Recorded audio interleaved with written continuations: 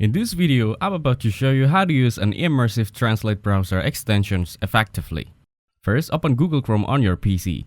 Then, go to the extension icon located in the top right corner of your browser.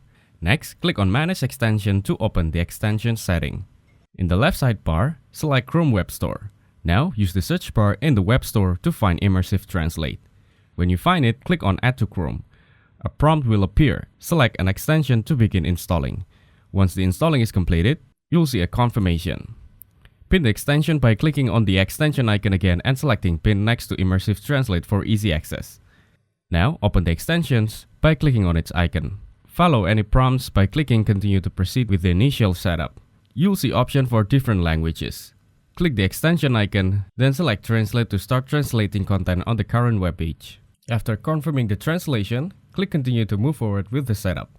Once more, click the extension icon at the top right corner, and this time, choose your target language, the language you want the translations to appear in by default.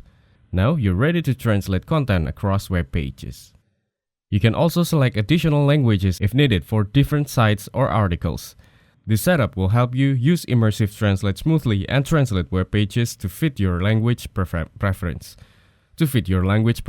Thanks for watching. Don't forget to like and subscribe.